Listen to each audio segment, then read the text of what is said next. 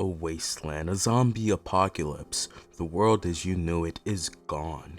You lose your job, your way of life, and everything you knew about the world is gone. You pass out from a lack of blood, you wake up into this new world, you see a hospital. You feel alone, your family is gone.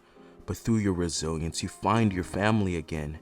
You find your son. Throughout this journey, you lose a lot of that original family, but you find more people along the way. You make a new family. You find love again. And when a man who is as cruel as they comes to threaten your family, you try to be just as cruel as he is. You don't want to lose anyone else again. And you, as the leader, you want to protect everyone. But instead of doing that, you lose more. You lose a lot more. And before this, you felt on top of the world. You thought you were invincible, but that same man shows you just how human you are. Rick was on a generational run in season 6. He held his head up high and Negan forced him into compliance. But look, the point of this video is to talk about a scene that is so good in this show, a scene that made me take a minute and think about what I just saw. And I'm aware that this version of the scene that I'm talking about isn't really the final version of it, but I don't really care. I'm talking about Rick on the tree after Carl dies. Now, it isn't exactly after he dies, I'm assuming, but in the episode I saw, it's right after. The way the scene is shot, the subtle movements from Andrew is beautiful. The wide shot of him taking in everything that he's lost. He's in shock, and who wouldn't be? You lose your child in a way that wasn't murder. You lose him in the same way that all of this started,